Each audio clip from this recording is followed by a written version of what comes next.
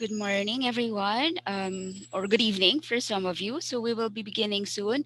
Just a reminder for our participants, can you please mute your microphones?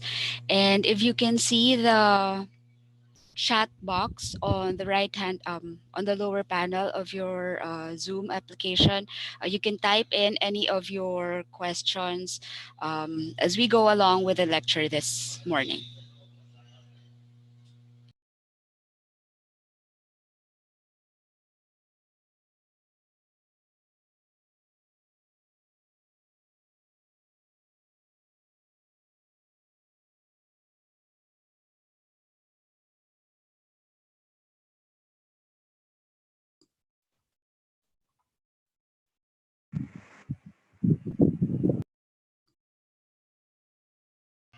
Okay. Good morning, Francis. Do you think we can start now? Hi, Kay. Yeah, I think we Yes, can. okay. So I'll just give an overview. Good morning and good evening to all our participants. Thank you so much for joining us today. Just for those who are not familiar, the webinars are being hosted by the Philippine American Academy of Science and Engineering, which is an organization made up of scientists and engineers of Filipino descent. The members of this organization are from the Philippines as well as from the US, although we've also expanded to other countries as well. So this morning, our speaker is Professor Francis de las Reyes III.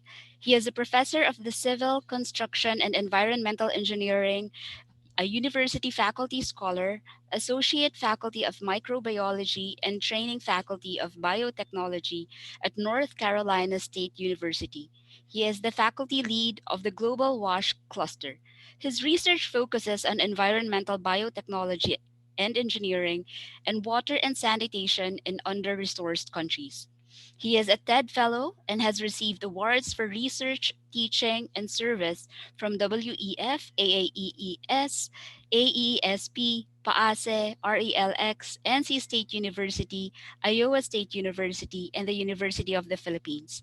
He is an international consultant on wastewater treatment, sanitation technologies, and molecular biotechnology. His lecture is Fate of SARS-CoV-2 in Water and Wastewater. We are very privileged to have Professor Francis de los Reyes. Good morning, everyone. I just wanted to make sure that you can hear me and also that you see the full screen. Is that right, Kay? Yes, okay. Okay, good. Okay, so I was playing around with how to arrange everything.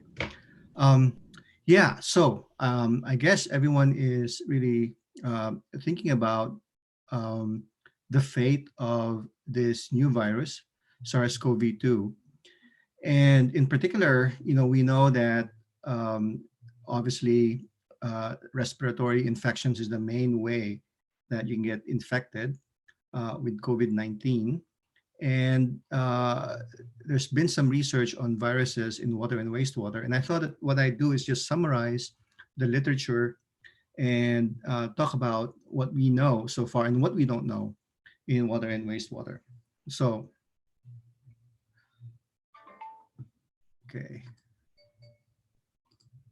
Okay, so I'm sure you're here because you have some questions. So, for example, for the general public, maybe there is a concern that there may be a risk of getting COVID-19 from drinking water or maybe from wastewater or sewage.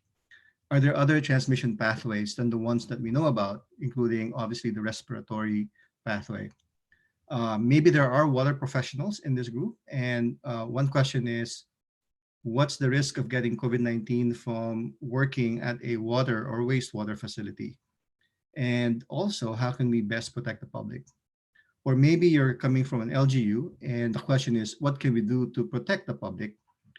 So these are maybe some questions that we'll try to answer today.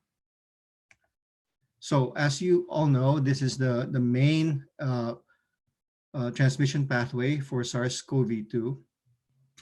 Essentially, we talk about coughing or sneezing, releasing droplets that contain the SARS-CoV-2 virus in the air.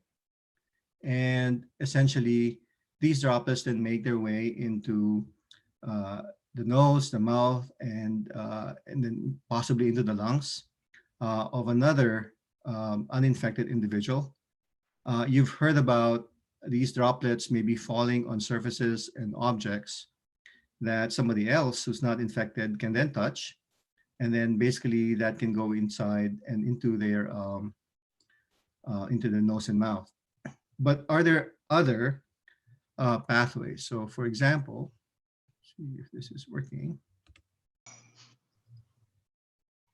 Okay, wait a minute.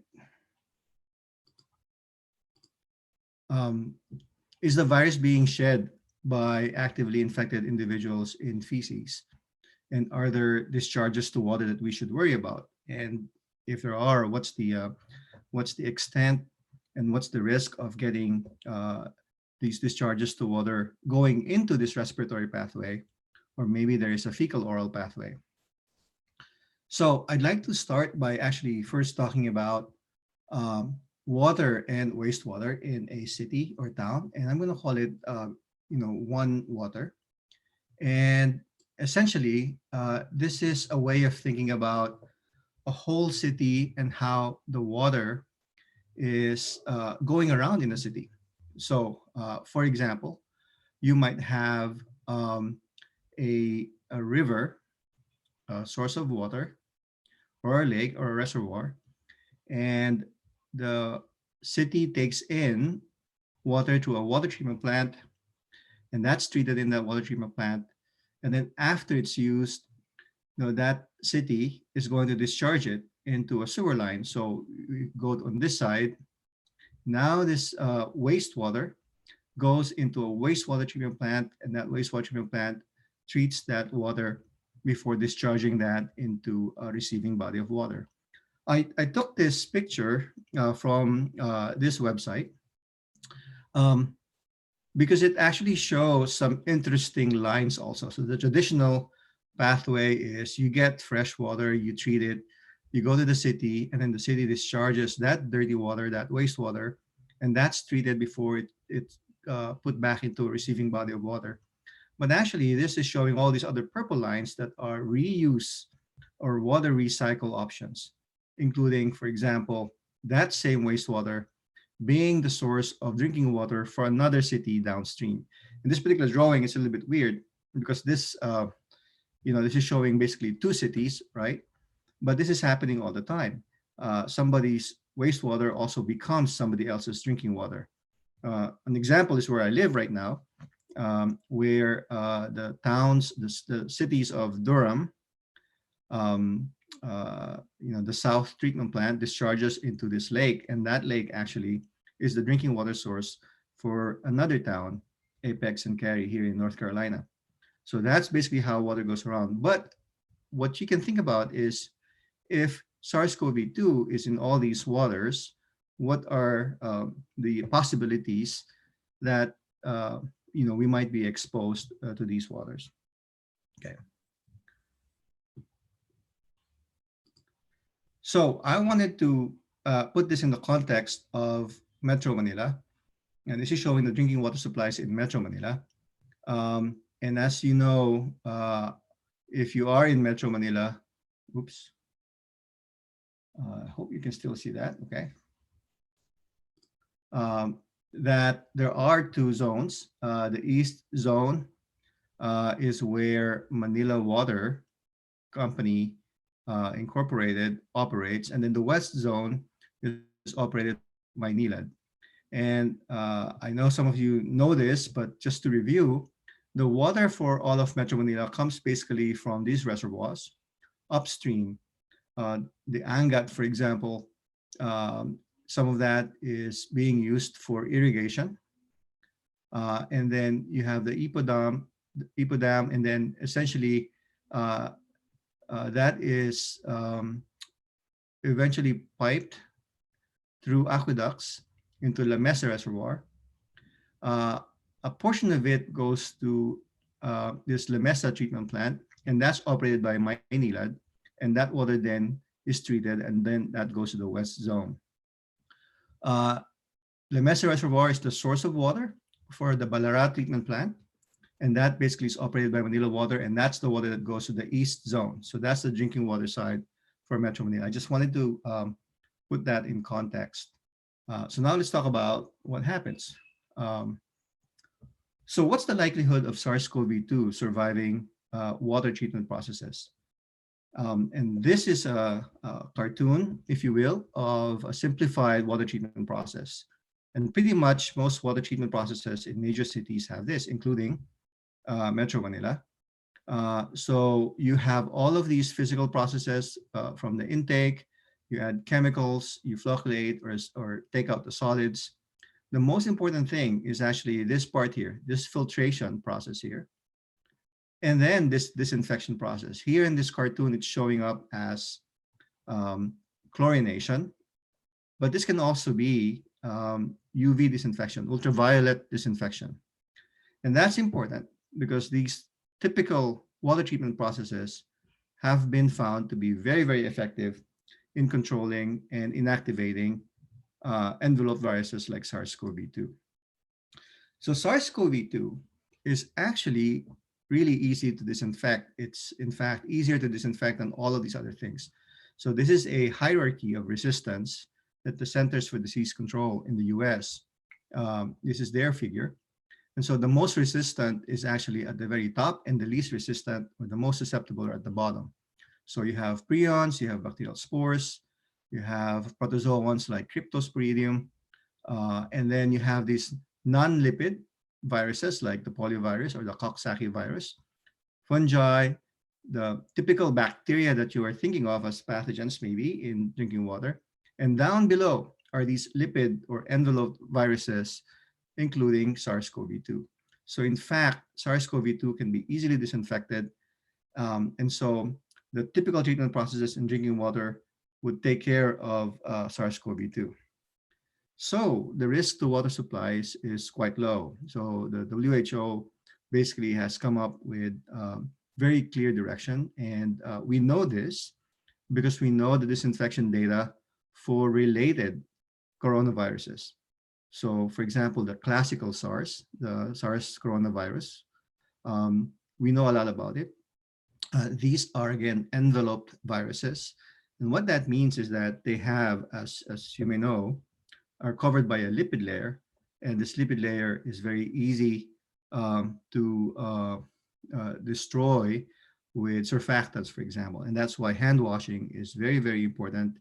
And that's why that's the main guidance for the public is to wash your hands very well. So we know that SARS-CoV-2 is more sensitive than non-enveloped viruses to chlorine and UV. And so WHO recommends a free chlorine of greater than 0.5 milligrams per liter for 30 minutes at a pH that's lower than 8. And chlorine, for example, is more effective at a lower pH. The WHO also recommends having a free chlorine residual.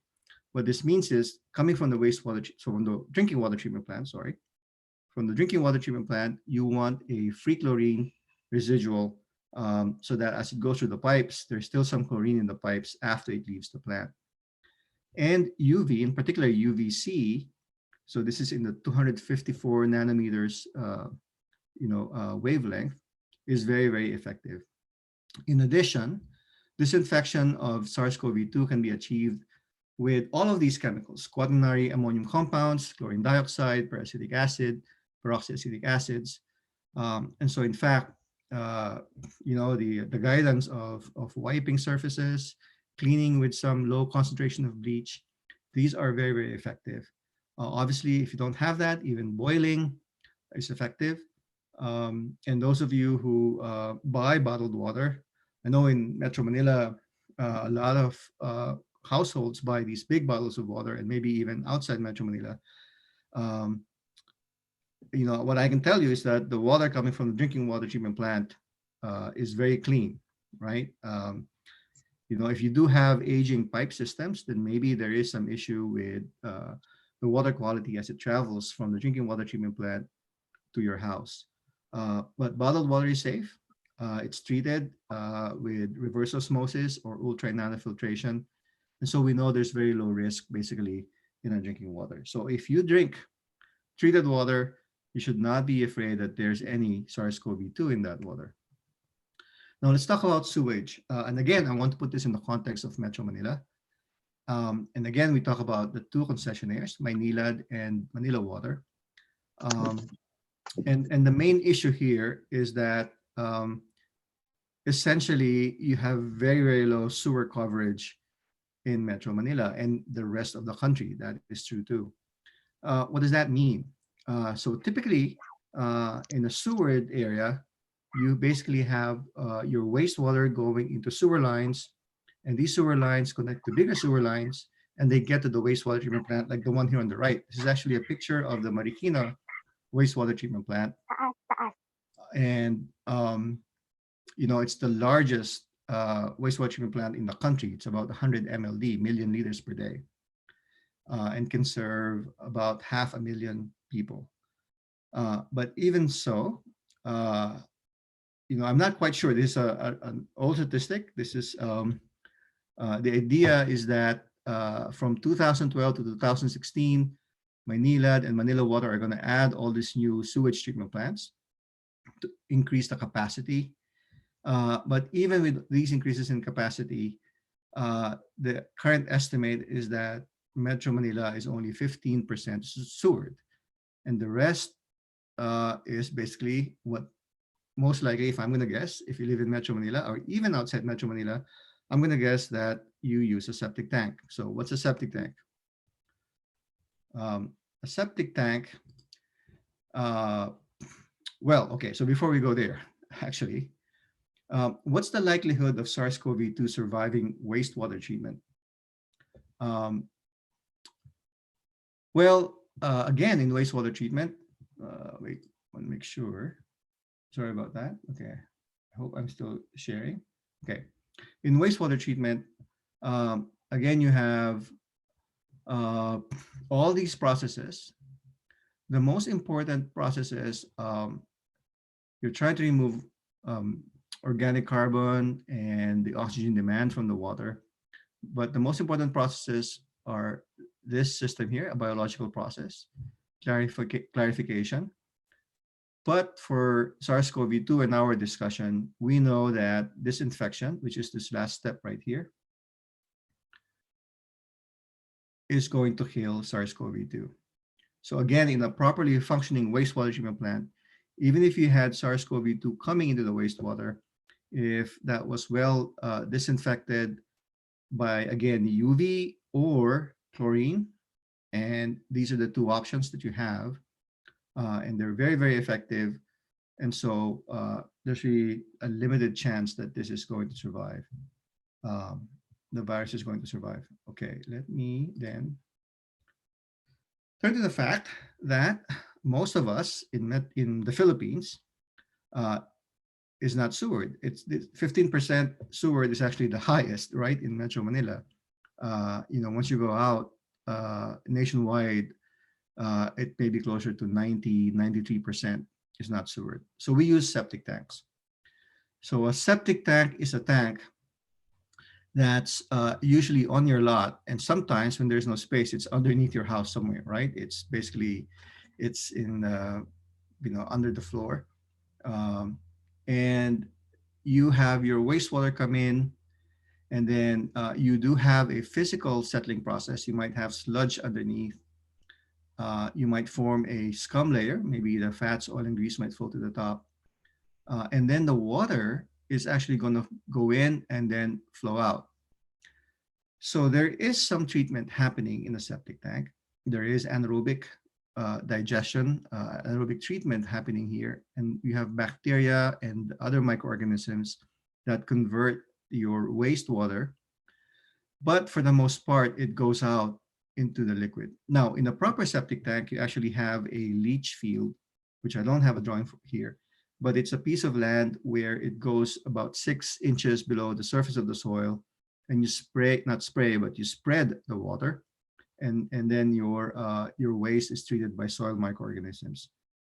But in Metro Manila and most of the Philippines, that doesn't happen. We don't have space, and so we don't have leach fields in our backyards. What happens really is that all of these join the stormwater line. So they join the stormwater line. And here I'm not exactly showing that because these are sewer lines. And when you have stormwater in Bornal, right, in the Philippines, stormwater as well as septage or septic tank effluent uh, joining together, that's called a combined sewer system. But we really don't have a combined sewer system. What we have is essentially all the septic tank effluent going into these pipes, and eventually these pipes end up into the river. So we're talking eventually into the estero, like a canal, or eventually into the major river systems, the Pasig River system, the Marikina River, and so on, which obviously then flows into the bays. Um, Now, I know that Manila Water, for example, has this concept, and I think they've done this, of really intercepting some of that stormwater and using that system to try to divert some water into a proper wastewater treatment plant. But like I said, we have limited capacity, and most of the wastewater actually ends up in the river. So am I talking about this? Because now the question is, what happens to SARS-CoV-2? This is another slide that just talks about what I just discussed. Essentially, if you have you know, you might have direct discharge of raw sewage if you don't have a septic tank. And so that just goes into the street drains, and this shows it going to the river. You might have a septic tank. That septic tank usually is open underneath, and it might seep to the groundwater. And again, some of that, the gray water, which is the water that's from your sinks, your showers, wash water, not the toilets, might go straight to the street to the street drains. Uh, if you do have a septic tank, this is the situation I described earlier. The overflow goes to the street drains. So you can imagine, and this is the reason why we have really polluted water in our rivers. And I know that there's been a lot of river cleanups happening, but until we have proper wastewater treatment, it's going to be a tough battle. Okay, so the reason this is important is because now we ask, does SARS-CoV-2 survive in sewer lines from the house to the treatment plant, in combined sewer lines, and in natural waters like rivers? So let's look at the evidence as we try to answer this. Okay, first of all, let's talk about when we say survive, what that means. Um, what does it mean that you detect SARS-CoV-2 in an environmental sample? Most of the detection is using nucleic acid amplification and detection. So you might have heard about this. This is the same technology that we need to use also for human diagnostics. So essentially, we use reverse transcription polymerase chain reaction. And what we're trying to do is we're trying to convert the RNA into DNA with the reverse transcription, and then we use PCR to amplify and then detect that DNA. So this detects the nucleic acid inside the virus, and that's depicted here. You can see the drawing here. Uh, and it does not mean that if it detects the nucleic acid that you actually have infectious virus. Maybe infectious virus is present, but that's not positive proof. So you're detecting, if you will, the signature, right? The RNA that was present that's unique to the SARS-CoV-2. So the fact that you detect RNA doesn't mean that the virus is infectious. It may not even be structurally intact. In other words, you might have bits of virus RNA that are still present in the sample. So that's the typical way that we detect SARS-CoV-2. Now, how do you detect infectious virus? Well, you actually do this by culturing or growing.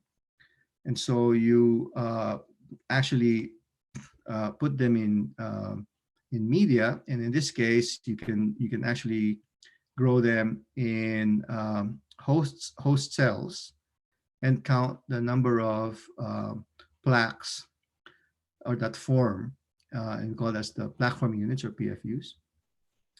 And then we can also quantify things like the median tissue culture infectious dose.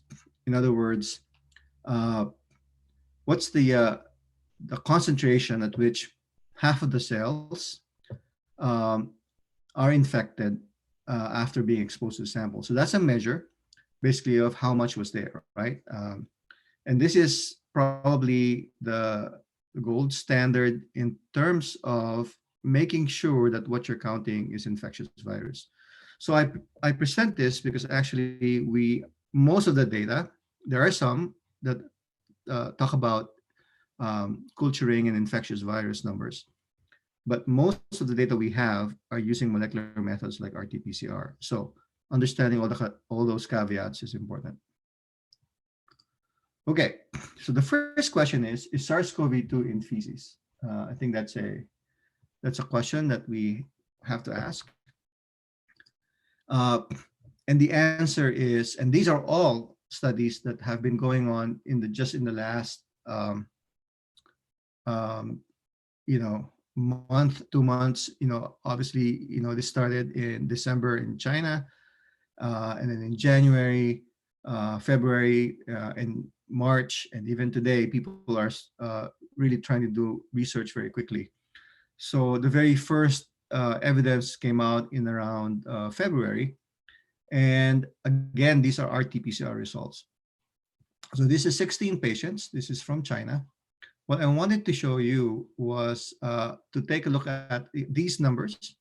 These numbers are called CT values, or threshold numbers.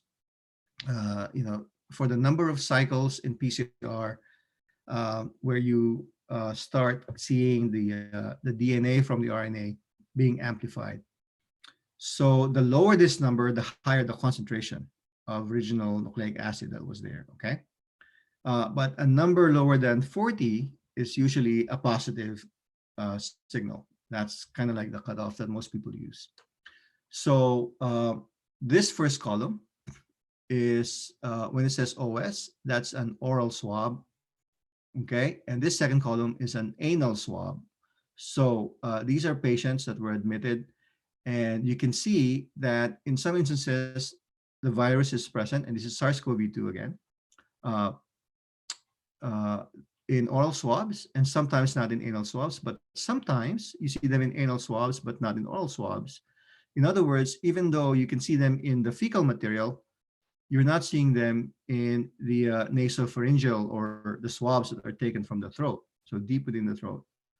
So what we can say is that we can detect SARS-CoV-2, and at that time we were still calling it 2019 nCoV, in anal swabs from patients, and this is in Wuhan.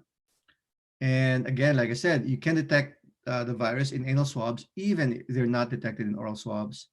And this is probably the first report of possible fecal oral transmission pathway. There were other studies also from China saying that maybe some fraction of the patients actually also, in addition to having SARS-CoV-2, COVID-19, they are also experiencing diarrhea as one of the symptoms. Uh, in different clinical specimens, this is another study also from China, you can see the positive test results from the different samples. This is sputum, nasal swabs, pharyngeal swabs, and then feces. The important thing here is that out of all of these numbers of patients, out of 153 patients or fecal samples, 44 were positive, about 29%. And you can see that they really detect it. It's also found in blood, just 1%, but has not been found in urine. This particular study is also interesting because, again, I told you that PCR, RT-PCR is looking at the nucleic acid. We're not sure if that's infectious virus, but this particular paper essentially reported that they observed live virus using electron microscopy. Uh, and that was obviously a big thing. I'm not quite sure how you can do that. Again, the gold standard is actually culturing using um, if you can culture back the viruses. But this was big news because that meant that it's not just the nucleic acid, but possibly the live virus was observed. Here's another study, again from China. These are now children, and I put this up because these are basically different children who had rectal swabs as well as nasopharyngeal or oral swabs. And you can see just from the graphs, right? Looking at the average, which is the red here. And again, the CT value is here. So anything above, um, 40 would be positive. And you can see that there's higher numbers of virus in rectal swabs compared to the oral swabs. And sometimes there's none detect in the oral swabs, but you still have high levels of viruses. In addition, these were children who were generally asymptomatic or had less severe symptoms. And combined with having negative oral swabs, if they're asymptomatic and they don't have any, if the oral swabs are negative, then typically you wouldn't consider them as having COVID-19. But then in the fecal material, you're seeing COVID-19. So in fact, they are shedding virus even though they're asymptomatic and it's not showing up in oral swabs. Here's another paper. It's just looking at one child, um, in the stool specimen in one child. And what I want you to look at is basically, these bars are the asymptomatic periods. So green is is the exposure time. This is the asymptomatic period, the blue. But then if you start looking at the stool samples here, it starts showing up in the asymptomatic period, the positive signs here. So you get stool samples showing up, even though you don't see any in the sputum, and you never see it in the urine. Okay. So essentially, even though, presumably the patient was asymptomatic, the patient was still shedding virus in the fecal material, but you don't see it in the other, nasopharyngeal swabs or the sputum. So the same kind of thing. Now, this is an interesting study. This one is quite interesting. And the reason is that, one, it's a higher number of patients that they followed. Uh, the red are basically, the red bars here are the days where the patient had positive oral swabs. And the yellow is when the patient had positive fecal samples. So you can see in general the pattern where you might see the viral RNA first in the oral samples, and then some days later you see the fecal samples. But what's interesting is, some of these patients have tested negative and they're still shedding the virus. And in fact, for a long period of time afterwards. Okay. So that was interesting, because that told you that, again, just like I was telling you in the other studies too, there were some evidence that, even though a patient might test negative with the nasopharyngeal samples or the oral samples, it's still possible that they're shedding a COVID-19 virus. Okay. Finally, we talk about another study where, again, this is comparing sputum samples with stool samples, and the days after the symptoms. This is interesting because this particular study, they tried to isolate from the stool and they found no isolates from stool samples. Now, there's this one paper, which actually I haven't been able to read because I can't find it anywhere. It's from this bulletin, China CDC Weekly. And this is the only study to date to report that they were able to isolate live virus from stool samples. And I think the problem here is that, it's not available, like I said. And then the second problem is that, this is the only study to report isolation from stool to date, and this needs to be replicated. I think there are some researchers from Nebraska. They're doing a lot of sampling. They were among the first to report COVID-19 in environmental samples in hospital settings. And they've been trying to isolate, but they still have not isolated live virus. So that's still an open question. Okay, so let's summarize shedding. Uh, the first and most important thing is that even though we find fecal samples to have the virus and that COVID-19 patients shed the virus, um, fecal oral transmission is still considered unlikely, and there's no evidence to date. Um, about 27 to 89% of patients have persistent shedding in stool. And when we say persistent, that means even days after the oral samples are negative.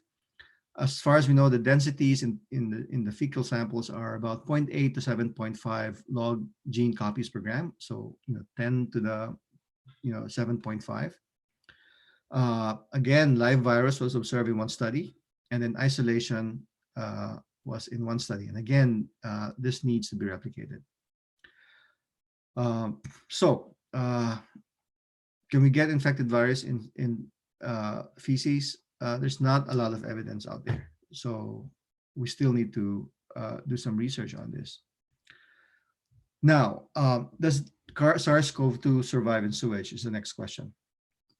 Okay. Um, So we don't have a lot of data in terms of actual survival in sewage. Not a lot. In fact, I haven't found a study that actually used the live virus or the culturing.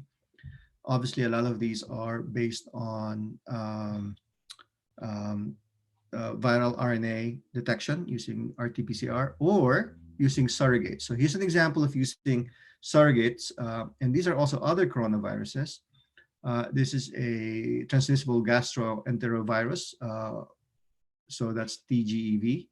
And then there's a mouse hepatitis virus.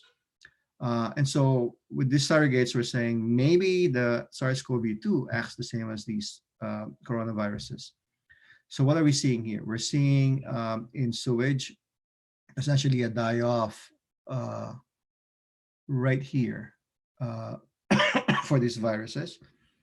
And a 6 log inactivation after about 21 days or so. So we might say, okay, after 20 days, they're gone. But at warmer temperatures, at colder temperatures, they seem to survive much better. Here's another study, again with surrogates. And the surrogates here are Phe6 and again, that mouse hepatitis virus, MHV. MS2 is another surrogate, but it's not an envelope virus. So, people again choose different surrogate viruses depending on what they're trying to show. Again, you can see this is in wastewater and then in pasteurized wastewater, and pretty much the die-off, are in the order of hours. So if you look at the MHV and the Phe6 here, in the order of hours, you get 2 log removal, so 99% removal. This other graph is showing the adsorption to surfaces or to solids. So in wastewater, you have water and then you have solids. And what this is showing is that you get, about 26% adsorption of this surrogate coronavirus onto solids. And that's important because now, if we're looking for that in wastewater, are we looking for it in the water or the liquid, or are we looking for it in the solids?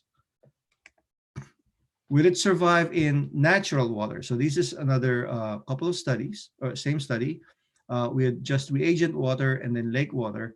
And again, you see in the order of days. This is a 4 log removal after about 30 days or so. So typically we say they're going to survive in the order of days, maybe a few days, 2 to 7 days, especially if it's colder. Okay. So there's a possibility. And again, some of those studies are not RNA. Those studies are actually, infectious viruses. Okay, the first report of SARS-CoV-2 detected in sewage, you may have heard of this, was actually in the Netherlands. Just came out, the preprint came out in late February. They reported this. So these are the wastewater treatment plants. They were looking at the the influent to the wastewater treatment plant. And so the dates, so this is Europe. So the way they look at the dates, this is not July 2, 2020. This is February 7, and this is March 5, March 16. So as you go from left to right, you're moving forward in time. So this is February, early February. And these are the primers that they used. So this is the targeting, the N proteins in SARS-CoV-2. So N1, N2, and N3. And then another primer set. Uh, and so, it was negative here in early February, but then in March, first week of March, basically they were seeing positive for this one primer, and the others are still negative. And then later on, 2 weeks later, they were seeing more positive.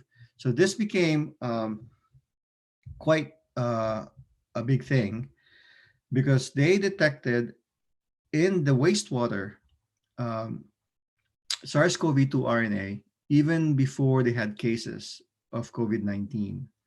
Um, so there were still zero patients, and about, in some instances, in some of these places, there were still no patients, but they were detecting it.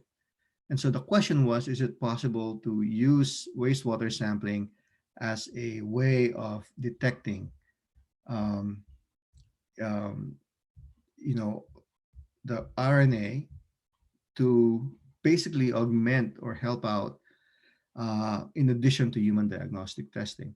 So if you think about it, wastewater is essentially a uh, yeah, wastewater is basically you know um, a pooled sample. Okay, and this pooled sample is sampling a whole community, a lot of people in one shot. So that's the question: is that a possibility? Okay. The second report. So there were only two reports to date. There's a lot of people now working on this, including our group. But the second report was in Massachusetts, and this is the from the BioBot group, and these are the numbers that they had. And this is again two plants, the S and the N plant, the south and the north plants, and this is March 18, March 22, and so on. And you can see these are the numbers. Let's see, the units are copies, right? Sorry, I can't see the units now from where I am, but uh,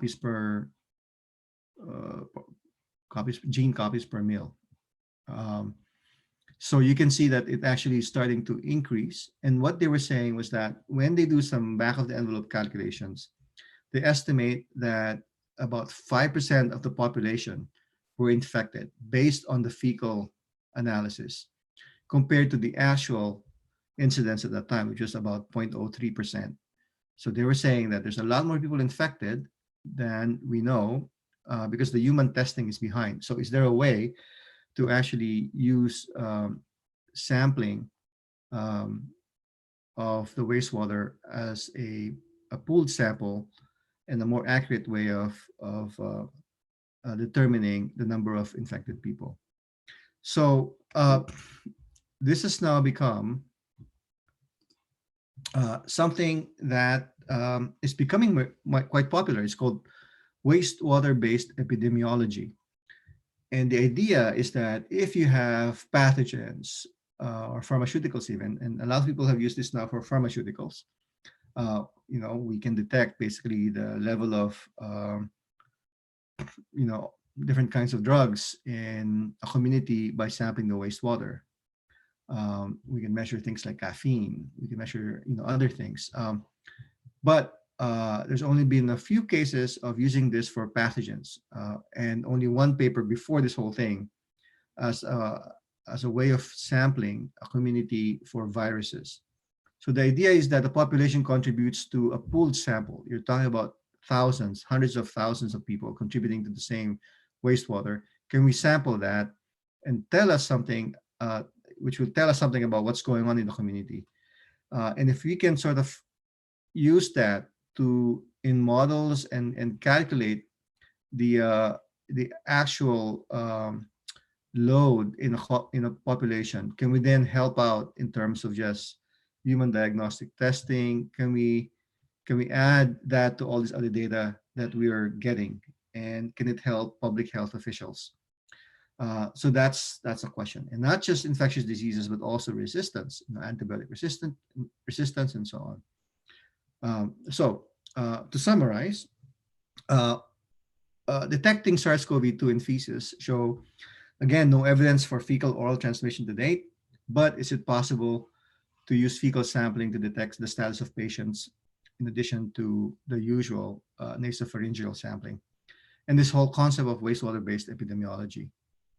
Okay, okay. So most pathogens that are waterborne, we think about transmission pathways in terms of ingestion of pathogens, or maybe even exposure, skin exposure and so on. So this is the classic 5F diagram that epidemiologists, public health people, this was quite popular. It started in the 1950s actually. 5F because you're talking about fluids, fields, floors, flies, fingers, and foods, and the different barriers. Having a toilet, having safe water, and having hygiene, so washing and having soap and clean water for washing. Uh, Now, this doesn't really apply to SARS-CoV-2 unless there is a likely respiratory pathway. In other words, is there a way that the virus can end up in aerosols?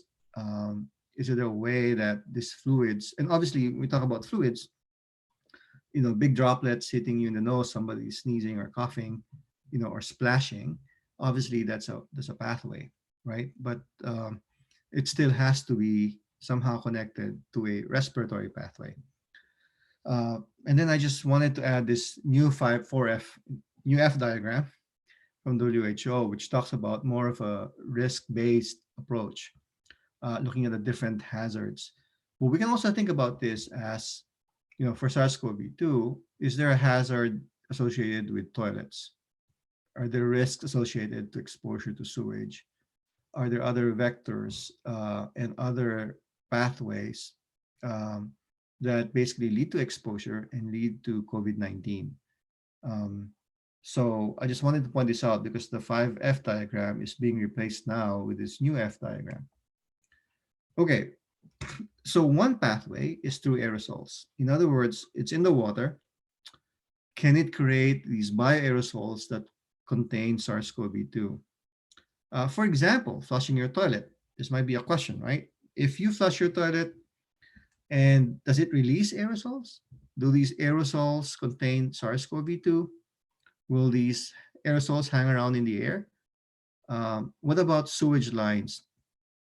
Do they create aerosols as they're flowing, or as they're, one line meets another? And this is probably more concerning wastewater treatment plant workers. Uh, and even in the wastewater treatment plant, for example, in activated sludge, you're aerating the basin. And so are you creating aerosols that can then go into the respiratory pathway? Uh, so the first thing that aerosol experts will tell you, and I'm not an aerosol expert, so these are slides that are borrowed from Lindsay Marr from Virginia Tech and other experts, is that aerosolization and size are, size is the big issue, right? Obviously, there's density and so on. But if you think about SARS-CoV-2, it's 0.12 micrometers. The flu virus is about the same size. And there are some other viruses that are even smaller. Okay, and human hair is about 50 to 70 microns. Fine beach sand is 90 microns. And some of these particles, in the air that cause problems with people, respiratory diseases. These small particles, PM2.5, they're less than 2.5 microns. PM10 is less than 10 microns. So this is a very small virus, okay? But the thing is, it does not exist, naked. It's not naked when it's airborne. It actually is in the respiratory fluid. And again, imagine the sneezing, the coughing, the spraying. The idea is that that virus is in this uh, fluid, and that basically makes it a lot bigger, right? And obviously, size determines how long it stays up in the air and how far does it go down, where does it deposit in the respiratory system. This is important because the smaller the particle, the more it will hang in the air. Um, as opposed to just deposition, it just basically lands on surfaces and then it's gone unless it's resuspended. Okay, so these are the questions. So we know that these are the modes of transmission, right? Maybe direct contact, and the reason for that is, you touch your face so many times, right? Uh, Basically a lot. I forget now the numbers, 15 to 24 times an hour or something like that. But you touch your face, uh, and obviously, you touch your mouth, your eyes. Uh, there's maybe indirect contact, large droplets, and then aerosols is the big issue. And this is the source of the 2 meters, sorry, yeah, 6 feet away from other people, which actually is kind of historical. Some people think, including Lindsay Moore, that it should be more like 10 feet. Yeah, if you really think about the physics of viruses and aerosols. But it's an arbitrary thing. This 5 micron happening at close range only. It's an arbitrary cutoff. Uh, okay, and anything less than 5 microns essentially is considered an aerosol. So it's hanging around for a long time. Okay, and that 5 micron cutoff is just historical. Okay, so what do we know? So we know a little bit about other viruses. I don't want to go into that literature. I just want to be as direct and basically use SARS-CoV-2 data if we have it. These are the different aerosol sizes in a Chinese hospital. And again, these are RNA numbers, so copies per cubic meter. And you can see that, between 0.25, zero point 0.5 microns to 1 micron, that's kind of like the distribution. Okay, so it is, being aerosolized, and these are the numbers. Uh, this is the famous paper, and there's a lot of data here that you may have heard that basically aerosols and then how long viruses are stable in different surfaces, copper, cardboard, stainless steel, plastic. This came out also, and a lot of people and a lot of media started citing this, basically saying 3 hours in cardboard, or maybe 24 hours on cardboard gives you the 3 or 4 log removal. You know, on copper it's quite fast, just a few hours. What about aerosols? So here the aerosols again in the order of something like 3 hours, right, for about a 1 to 2 log removal. And that's where it's an issue now, right? Because if this is correct, then if if SARS-CoV-2 is in the air, it's in the air for about 3 hours before it's deposited. Um, Now, uh, so the half-life, looking at this lower left hand here for aerosols, is about 1 hour or so for SARS-CoV-2. In comparison, SARS-CoV-1 is about the same, statistically the same. Okay, and the 3 hour cutoff is kind of like here. Um, uh, what we need to remember is these lab conditions. Okay, this was an experiment where they created the aerosols using a nebulizer in a chamber and they measured it from that chamber. So this is not real life conditions. What we know in terms of real life conditions uh, is from measurements from hospitals. Uh, Here's another experiment that basically is showing what happens when you flush your toilet. Okay, they looked at toilet flushing and they looked at the aeration basin. This is an activated sludge uh, wastewater treatment plant basin where you aerate the reactor, so you supply oxygen, and so you're actively aerating it. And the idea is that there may be aerosols produced. And these are converging pipes in sewer lines. So they designed an experiment where they were simulating how two pipes converge, and that turbulence might create aerosols.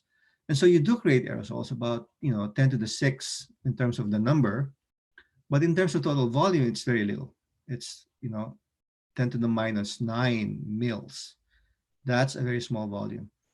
If you multiply that by the number of uh, viruses that you might have in a ml of water, um, let's say you're at 10 to the 7, 10 to the 8 um, gene copies per mil, then really there's less than one virus per mil. You multiply this very, very small volume by that concentration. So in fact, if you look at toilet flushing, these are the rates now, and this is for Ebola virus surrogates. You basically don't have any PFUs per flush, and aeration basins are much higher than converging pipes, but it's still not a lot. Okay. So toilet flushing has low risk of emitting aerosolized viruses, according to this one study. And this other graph here is just that same study showing that aeration basins. This is the mixed liquid, the liquid underneath, and this is the aerosolized number, the blue one. Uh, Aeration basin versus converging sewer lines. Another study by the same group was looking at how viruses partition in different materials. For example, between concrete and polypropylene and porcelain or PVC. The idea is that do they stay in the liquid, or are they in the solids, or do they go into the air? And the idea and the results are most of them are actually still in the liquid. So 96% or higher is in the liquid. So they're saying there's really not a lot of chance of aerosolizing. Okay, so here are the major unknowns. The transmission routes, which ones are the most dominant, um, how much virus is released in different size aerosols and at different stages of infection, how are they inactivated in air and on surfaces, and how do they survive in real world conditions. So there's still a lot we don't know. Okay, so this is the overall summary. Uh, SARS-CoV-2 is easily inactivated, and that's why people say disinfect surfaces and wash hands. Wash hands well with soap. Your properly treated drinking water is very safe. No worries about that. But if it's untreated water, uh, you know, be careful. Um, there's a lot that tells us that there's obviously it's in fecal material, but whether or not it's aerosolized, it's still not uh, quite clear. But in raw sewage, assume that it's got SARS-CoV, and so stay away. Anyway, you have to stay away from raw sewage, right? Not just for SARS-CoV-2, but for all kinds of pathogens. Natural waters like lakes and rivers, if you suspect fecal contamination, I can tell you that the fecal load is very high in a lot of areas. Um, then just stay away, right? Don't get into your eyes, don't get it in your mouth, um, you know, and so on. Aerosolization is a low likelihood, but again, abundance of precaution. And so for wastewater personnel, proper personal protective equipment, PPE, is needed, but there's nothing special about it, right? So face mask, glasses, gloves, all of those things. And if you get a splash on you, just wash it. And the WHO has the same recommendations, as well as the Water Environment Federation in the US. We do need to do more research, as you saw. A big issue is the dose response, right?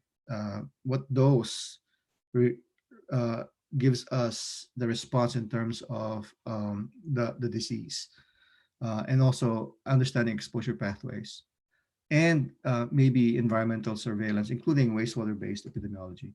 So our group is starting to do some sampling of wastewater treatment plants here, and we intend to add to the data that's being collected right now all over the world in terms of wastewater as a way of uh, surveilling or sampling a huge community, a pool of people, um, and maybe that can help with the public health data. um, so right now, like most people, we should stay at home and our labs are closed, but we're collecting the samples, putting them in the freezer, um, so that we can do that study later on. And with that, I think that's the last of my slides. I'm going to stop sharing and see if we have any questions. Thank you so much, Francis. So I think that was a very informative talk, and we really had a very good reception when we announced this particular talk. So we have a few questions from those joining us in Zoom and also a few more on YouTube. So I'll begin with EB Agustin. So in a municipal water treatment plant with raw water source from a protected watershed, which disinfection treatment do you recommend more? Using the UVC or using chlorine? Some people are worried about the toxic effects of chlorine. Yeah, so in general, both are very effective against SARS-CoV-2. If if you kill E. coli, if you kill Cryptosporidium, you're killing SARS-CoV-2. Um, what you're talking about in terms of the health impacts of chlorine is when chlorine is put in water with lots of organic matter, then you have these Mm-hmm. reactions that form, chlorinated compounds, Definitely. chloroforms, and bromoforms, and so on, halogenated compounds, and these are carcinogenic. Um, by the time that the chlorine is added, this is towards the very end of the treatment process. There should not be a lot of organic matter in the water. So most of that organic matter would have been removed already, and therefore the risks of forming these halogenated compounds, trihalomethanes like chloroform, are quite low. Um, so chlorination is a standard practice. It's a practice that is one of the top 10 engineering achievements, saved a lot of lives over the course of human history. Um, there are some issues if you add it to water with lots of organic matter. But in drinking water treatment, I wouldn't be too concerned about it. There are measurements for trihalomethane formation potential that you can do. So make sure that you're below those numbers so that you're not worried about chloroforms and bromoforms. UV is good, and again, it's very effective for SARS-CoV-2. But for drinking water, UV does not have a residual. In other words, you zap it and the water flows through. That's it. There's no staying power of the disinfectant. With chlorine, you have a residual because as it travels through the pipes, it still has a little bit of chlorine. So, UV can be used, but typically the practice is to have a residual, and so that's why you need other chemical disinfectants. For wastewater, before you discharge into a receiving body of water like a river or a lake, UV is great because you don't need to have a residual. You don't need to add disinfection going into the lake, right? You don't really want to kill the fish in the lake, or um, so UV is perfect.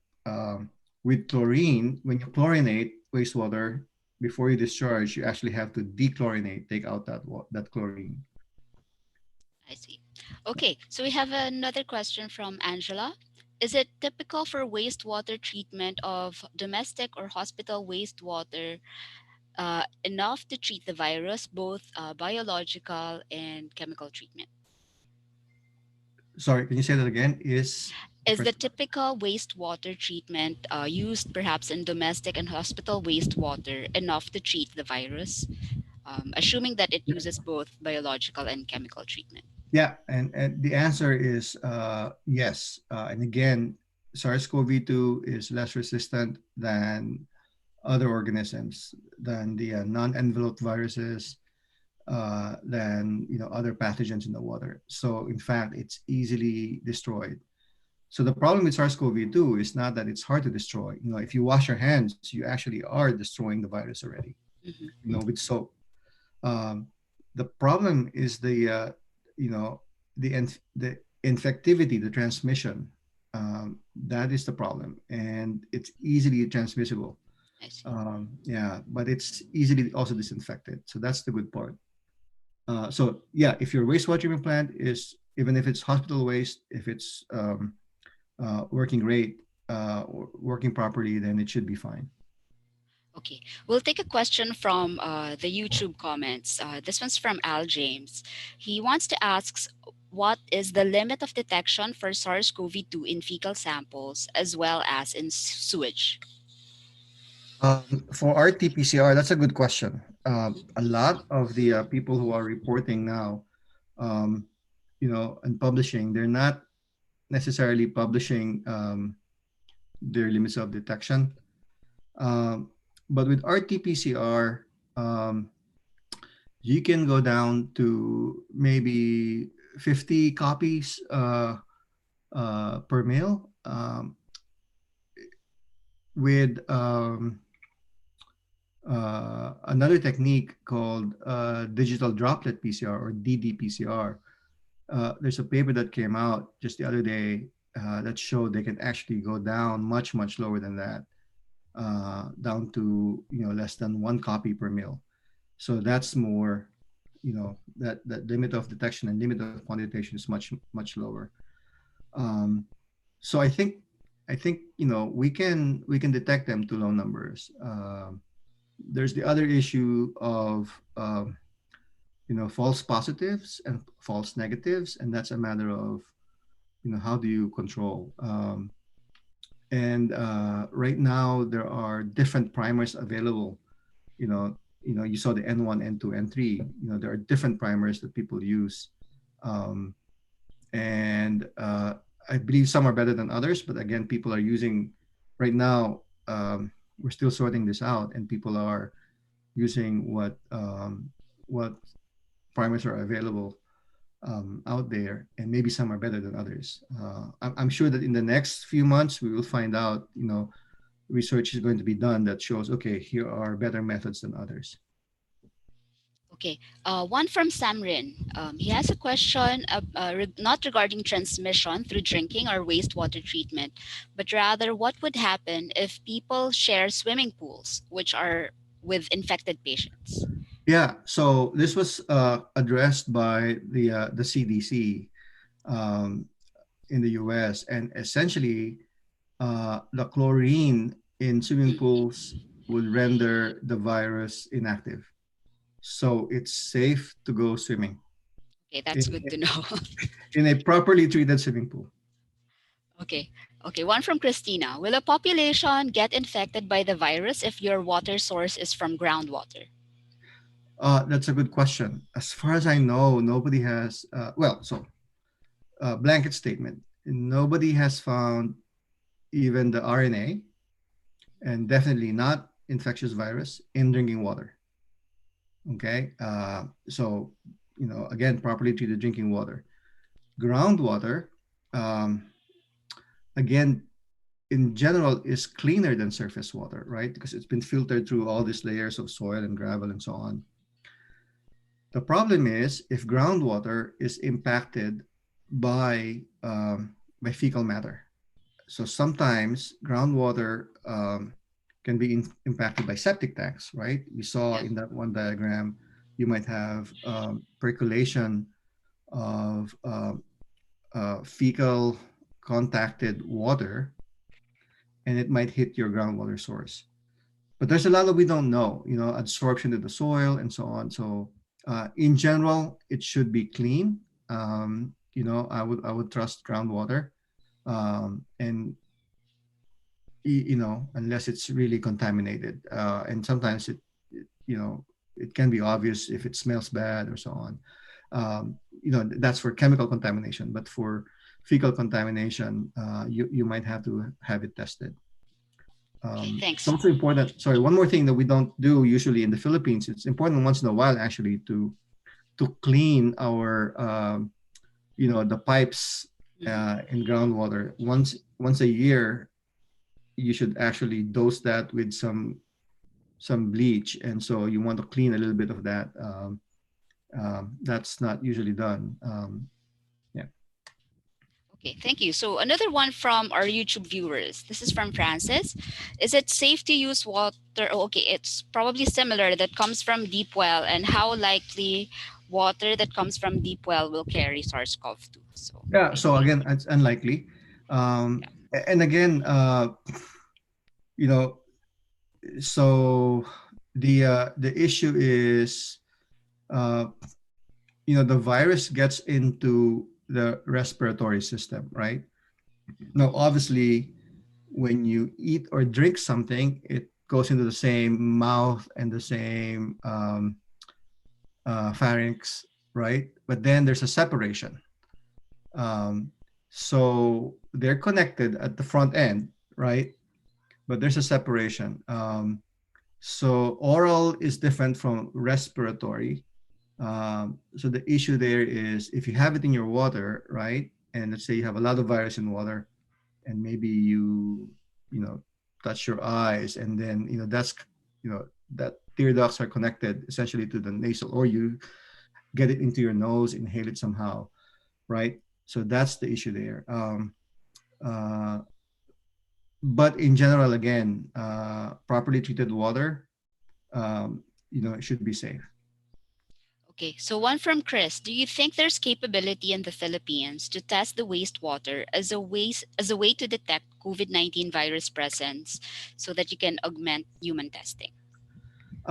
There is. We have capabilities in the Philippines. Right now, I would say that we should prioritize human testing, right? Personally, I feel like we should not take valuable instrumentation, personnel, and equipment, um, and time and energy to do the wastewater stuff. If those same equipment and reagents are being used for human testing, we should not prioritize wastewater testing. That's my personal opinion, right? So, but we have equipment in the Philippines. In fact, PAASE has been instrumental in advising our national government, and I believe there's a bunch of Cepheid machines that are coming, being imported, and these are the RT-PCR machines, and we have all over the country. We have some capability. Obviously, the need is great. So the answer is yes, we can do it. I mean, we have the Philippine Genome Center in UP Diliman, we have UPLB, we have the microbiologists all over in the universities and even in the state labs that can do it. Um, I'm just saying that personally, I don't think that we should um, take away the resources to do wastewater sampling and detection. I maybe that's an opinion. We can argue that's not, you know, um, but yes, the answer is yes, we can do that. Okay, thank you. A question from June. Does SARS-CoV-2 survive in rainwater? Does rainwater clear the air from the SARS-CoV-2 aerosol? Oh, that's a good question. Um, uh, the numbers are going to be low. I think that's a good question actually. So rain as a way of clearing aerosols. So the issue is aerosols are not, they're being produced whenever you have a little bit of turbulence. For example, even the tides and the waves in the ocean, right? I mean, if you're by the beach, you can actually sort of smell the salty air. That's actually aerosols. Um, uh, so anytime there's turbulence, you get the aerosols. So it's true that for most airborne pollutants, rain actually can clean the air, right? There's deposition happening in the rain, the droplets. Uh, that's a good question. I mean, that's something that we need to consider. But I would imagine the numbers are going to be very, very low. Um, in rainwater. Obviously, it's sterile water, and if it's just relying on aerosols for the viral numbers, it's going to be very low. So it may not be a big impact, or there may not be a lot in rainwater. I guess uh, that's a guess, but that's my educated guess. Okay, thank you. Okay, another one from Al. As discussed, SARS-CoV-2 sometimes cannot be detected in oral swab samples, but in fecal samples. So, can we use fecal samples to effectively monitor the patients who have recovered from SARS-CoV-2?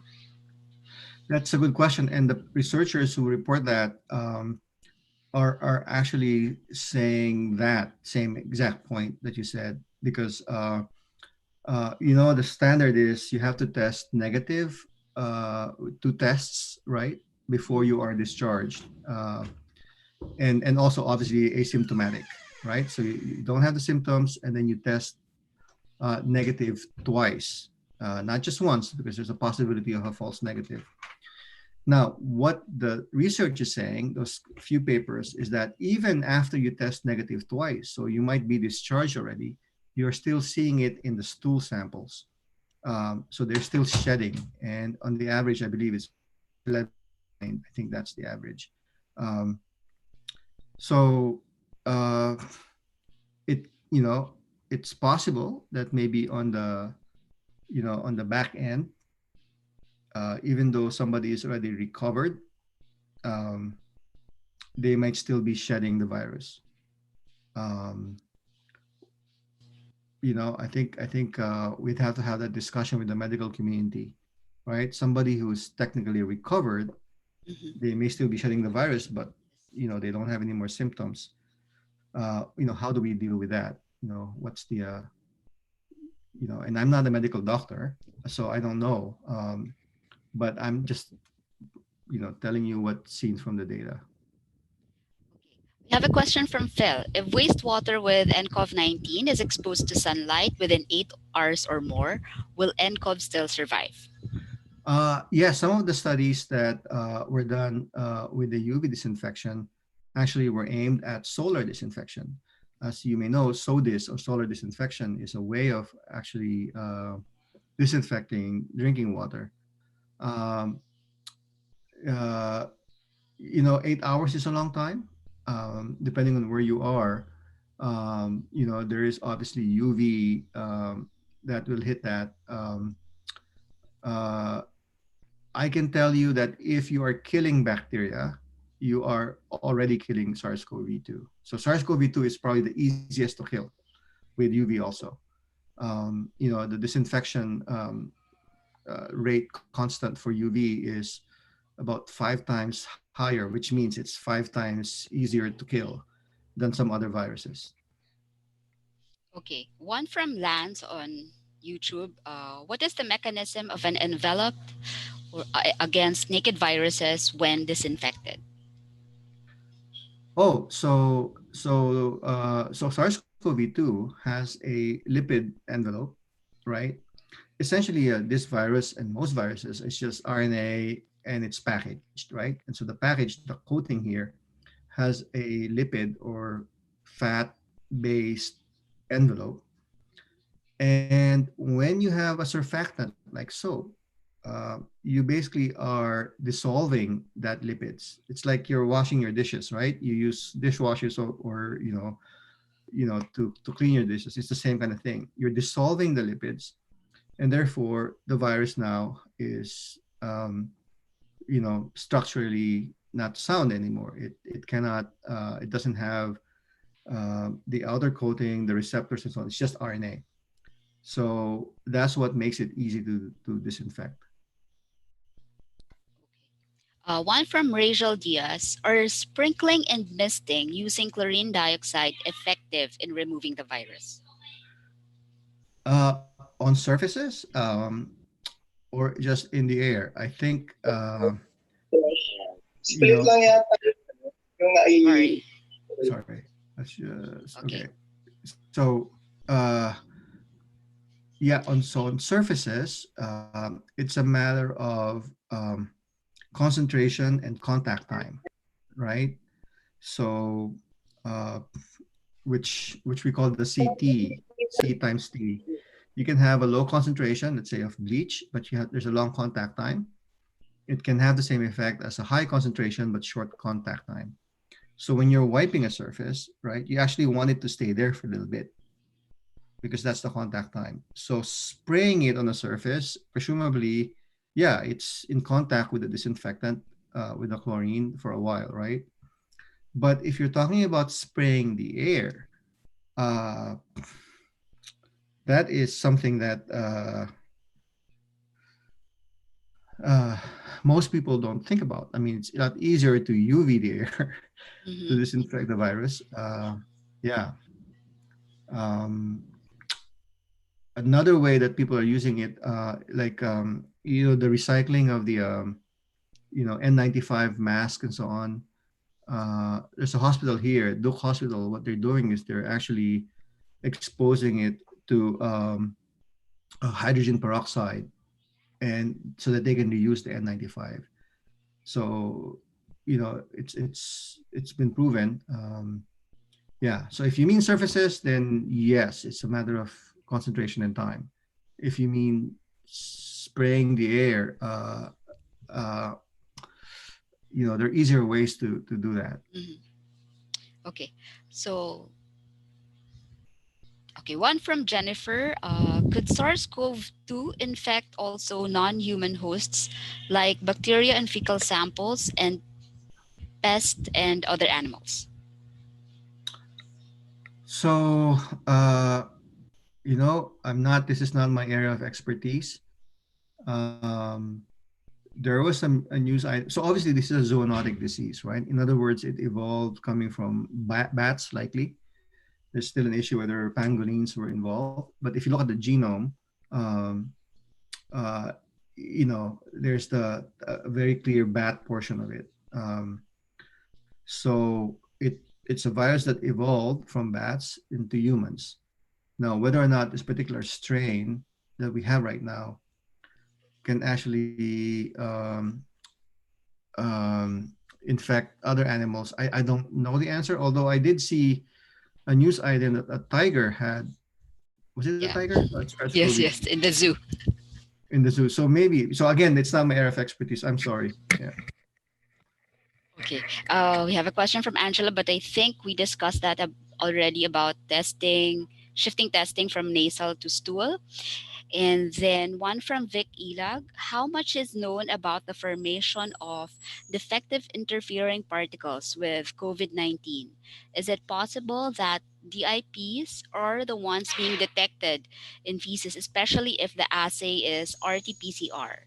A DI particle would look like a live virus under electron microscopy.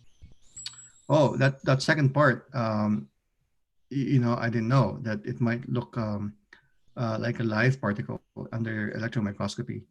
So false positives is an issue. Um, and again, it's an issue because if you use two or three primers, sometimes only one's positive and the others are not. So, for example, if you use the N1, N2, N3 primers, most of the researchers say, okay, if we get two out of the three, we'll call it a positive. If we get only one, then we're not going to call that a positive.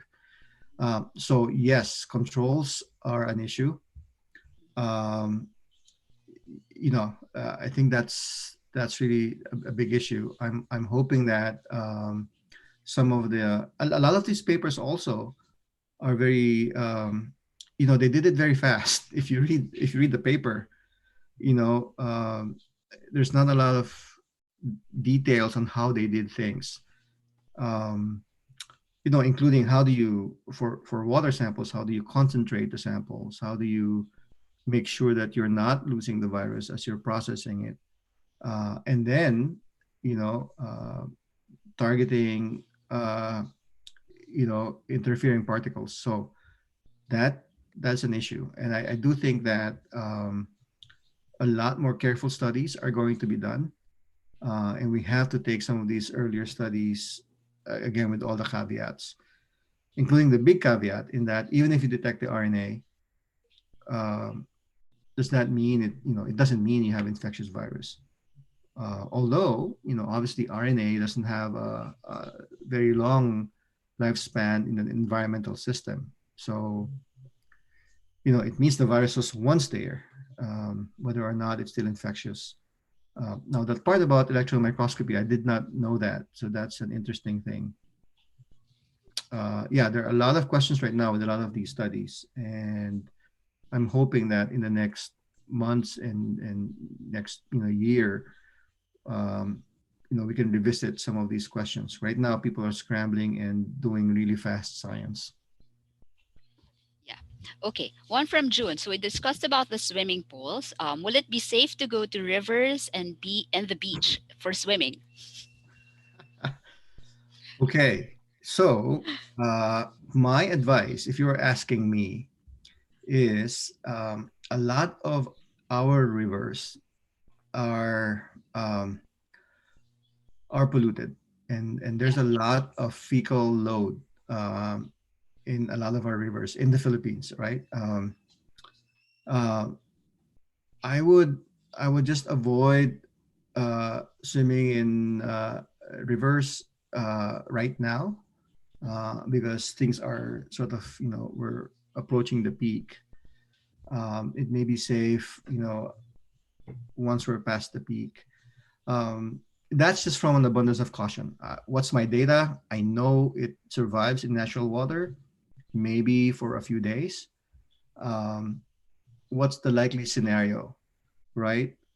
Well, you're swimming, you're inhaling things, you're swallowing things, and things get into your eyes, things get into your nose. Um, but there's a lot we don't know. We don't know the so-called infectious dose, right? How many virus particles will make you sick? We don't know that. Um, I mean, because the environment has a lot of pathogens, and it's okay. It's not clean. It's not 100% clean. It's okay. But if there's enough particles, virus particles, we might get sick. And the thing is, we don't know that number. We don't know the dose response, right? I shouldn't say infectious dose. It's more like a probabilistic mathematical relationship between dose and response. Um, I would just stay away if I think that that river is impacted by fecal material. I guess that's what I would say. Um, no, beaches are a little bit Yeah. different just because it's a huge body of water. I can tell you though that a lot of waste goes to the ocean and the seas. We don't have a lot of proper wastewater treatment in the Philippines. So yeah, uh, you know, uh, I would just be careful. And Okay. yeah, but chlorinated swimming pools are better. I think there's a follow up from Giselle. Yeah, very similar. What about COVID-19 in seawater or salt water, hypersaline, sodium chloride, nasooral drops, or sodium ascorbate drops? Um, can you comment on the likelihood of the virus in such an environment? Yeah, again, we don't know a lot about the environmental fate of SARS-CoV-2. Um, in terms of salinity, most people look at temperature, relative humidity. This is for surfaces. Salinity, I have not seen data on salinity. Um, if you know if it kills the virus or not. Um, I guess if I may extrapolate the question, people are asking about mouthwashes, and in the Philippines, and we still do this. Um, when you have a sore throat, you drink, Mm-hmm. you gargle with salt Yeah, yeah. water, right? Uh, I don't know. I mean, I gargle with salt water when I have a sore throat. I don't know the impact on SARS-CoV-2. There's not a lot of data out there. I don't think it will hurt, but I'm not a medical doctor, so I'm not going to say that that's a valid um, preventive measure. Yeah, I Okay. think that, yeah, I'll leave it at that. All right, so I'll take two questions from our YouTube viewers. So they are quite very similar, relating to treatment. So the first one is from Huang. Would UV treatment be sufficient as a precaution for drinking water? While the second one is from Jennifer. What disinfectant would you recommend to clean toilets and eventually treat the septic tanks before the wastewater goes to the soil and the water system? Yeah, okay. So let's see. The second one was toilets. Let me start with the toilets. I forgot Hmm. what was the first one? Oh, UV. Let's do UV, that yeah. first. Uh, yeah, if you have a UV lamp, and particular UVC is what you want, right? 254 nanometers in that range. Um, if you have that and you expose, your bottled water, let's say, or drinking water for, maybe 20 to 30 minutes, and I'm just making a guess in terms of just intensity and time, but I'm going to say if expose that for, 20 minutes at least, um, you should get um, several logs or several orders of magnitude inactivation of SARS-CoV-2, um, and really most anything else, but definitely SARS-CoV-2. In terms of cleaning your toilet, any approved disinfectant, and the CDC has a list, and the EPA has a list of approved disinfectants. I gave a list there in one of the slides where we talked about a chlorine bleach solution, um, you know, quaternary ammonium compounds. And so if you look at the cleaners that you have, you're going to see exactly what they have, right? And that's a very common cleaning agent, quaternary ammonium compounds, uh, peracetic acid, peroxyacetic acid, but mostly, bleach, chlorine based. And so you can wipe down surfaces. And again, this is just, precautionary. Obviously, if you have somebody who has it and is sick and they're using that toilet, it would be nice if they had their own toilet. But if they're using the toilet, then you want to clean it maybe twice a day with the proper PPE, right? And so, because there's a possibility of splashes and aerosols on surfaces. But some of the data is saying that, it's not a big risk. In terms of putting things into your septic tank, I wouldn't uh, necessarily do that. I guess, uh, because the septic tank is whatever you do, it's not going to be enough for the billions and billions and billions of organisms that are in your septic tank. Um, unless you really, you know, pump it with bleach, there's going to be all kinds of organic matter and bacteria and microorganisms in that septic tank. So it's not. It's like yeah, it's not going to be enough. Um, and also, in reality, the septic tank is a biological treatment system. The idea is that you have these microbes in your septic tank that eat the organic matter in your wastewater. That's the idea. Um, uh, on the other hand, if you think about treating the effluent, um, in a decentralized treatment system, I think that's possible. But I would not, you know, do that on a household system with dumping chemicals down your Yeah. toilet. Okay, so again, I'll lump some questions together. They are very similar in nature. So this is about the virus in the feces.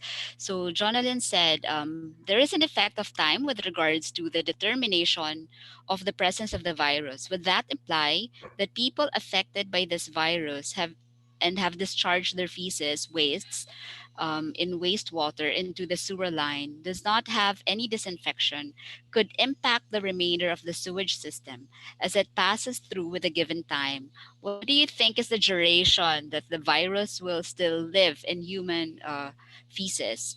Well, somebody from the YouTube commented about epidemiological studies and wastewater surveillance. If it's possible for a patient to shed more than another, and if so, how is the accuracy assured when you test the actual number of infected patients? I suppose this is with regards to the pooled sampling. Right, right. That's these are good questions, and some some of the answers we still don't know. It is true. There is a variability in terms of how much is being shed by individuals, right? So there's going to be a distribution. Um, as far as we know, it's about anywhere from, again, there's a whole range in terms of 10 to the 7, 10 to the 9 gene copies, right, per gram.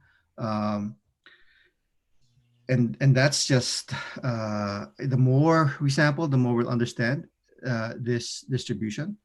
Um, so when we're modeling this and figuring out or back calculating how many people had that infection, we are actually assuming that you know on the average we can make Yeah. this calculation, right? But really, there's a distribution associated with that, and we don't know enough.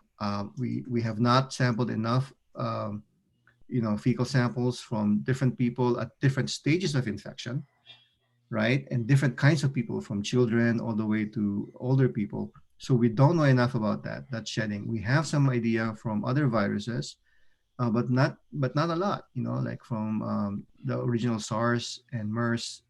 Um, uh, we know it's being shed in huge numbers, but we will assume an average when we're modeling these things. So a lot of these models, you have to be looking at the confidence interval, the variability of the results, and it's still going to be huge until we get the data to actually know the numbers. So that's one. Once it's shed, it goes to the sewer line, let's say, right? It takes a while Mm-hmm. from your house, from your toilet to get to the treatment plant. And we don't know enough about this. We just know we can detect it at the treatment plant, but we don't know. So presumably in the 3, 4, 5, 6 hours it takes to get to the treatment plant from your house, or maybe even up to a day, right? That we can still detect the RNA. Uh, but again, there's a lot of unknowns, right? We need to understand what's happening there. And again, modeling these things is the way to do it. But models are only good if you have enough data. And so far, we don't have that data. What we're doing in Raleigh uh, is we're sampling the wastewater treatment plant influent. So that's the whole or big portion of the city. And then we're also sampling some neighborhoods, so smaller areas. And we're hoping that with this data, and knowing the sewer lines and the network, that we could um, eventually come up with a model that will help us understand some of these things that you're asking. Okay.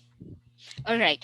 Yeah, we have a few more questions. Now, this all relate towards disinfection. So, I'll lump everything together. So, Jennifer is asking if 70% alcohol is being used as a disinfectant in most laboratories. So, is this still effective against the SARS-CoV-2? Other questions would be, does sunlight disinfect the aerosols? And there have been some suggestions that people should go out to be exposed to the sun. Do you think this will develop their immunity of the virus? Or is this a good Oh, suggestion? Yeah. okay. I don't know about immunity. That's a big question, right? Hmm. Okay. So let's start with the 70% alcohol. Okay, so that works on surfaces, right? And that's fine. I think that's okay for sterilizing surfaces. Um, uh, in water, alcohol is not used as a disinfectant because it's diluted, right? Once you put it Yeah, in eventually. water, yeah, so there's no effect. But on surfaces, uh, that's used. And also hand sanitizers, right? Alcohol is the base for some of these hand sanitizers. Um, Sunlight going out, uh, definitely not to get immunity. Immunity is a big loaded word here.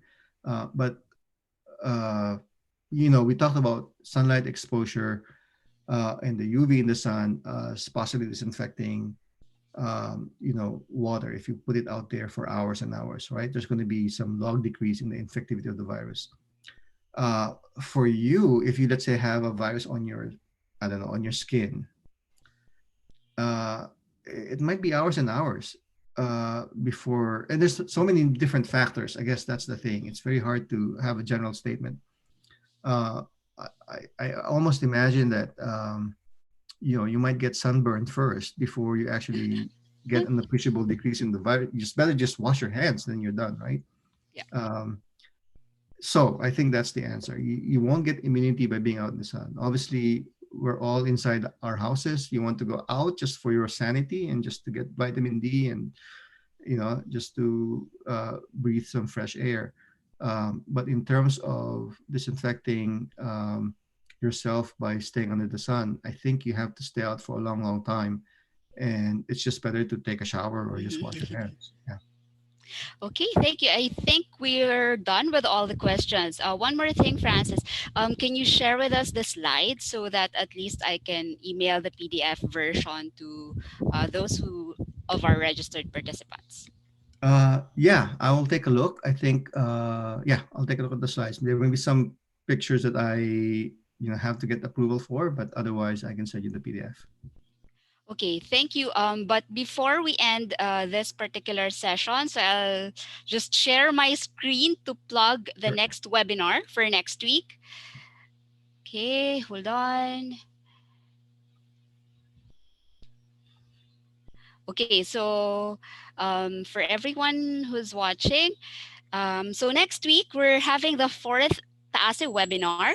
So we've talked a lot about the COVID virus. So we did the modelings initially, and then we had somebody from NIH last week. It was Dr. Anna, and then today we were talking about the fate of COVID-19 in water and wastewater. So next week we'll talk about the economic impacts of COVID-19. So we'll have Dr. Krista Daniel Yu from De La Salle University to talk about post-pandemic recovery modeling. So again, this will be on Friday 8 a.m. for those in the Philippines, and Thursday 8 p.m. for those of you in the US. So if you're interested, please register and go to bit.ly/KDYU. Okay, so I guess that's it for me. So thank you so much, Francis. Do you have any parting words before we close this forum? Uh, uh, no, I think everybody, just practice again, safe, physical distancing, proper hygiene, and we'll get through this, obviously. Okay, thank you. Thank you so much, everyone. Thank you, Francis. And hope Thanks. to see you guys next week.